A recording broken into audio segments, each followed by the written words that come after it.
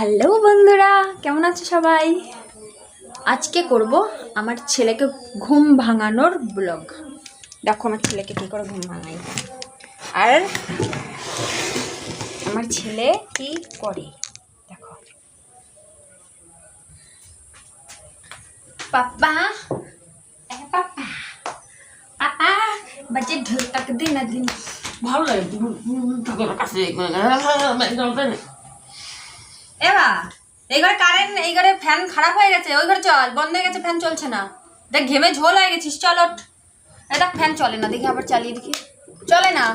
এবা আপু রে, আপু কারেন্ট নেই, এই ঘরে ই নেই। বাবারে আস্তে আস্তে আস্তে আস্তে, তো বালিশ দিয়ে দিচ্ছিস না। বাবারে বাবা, হয়ে গেল।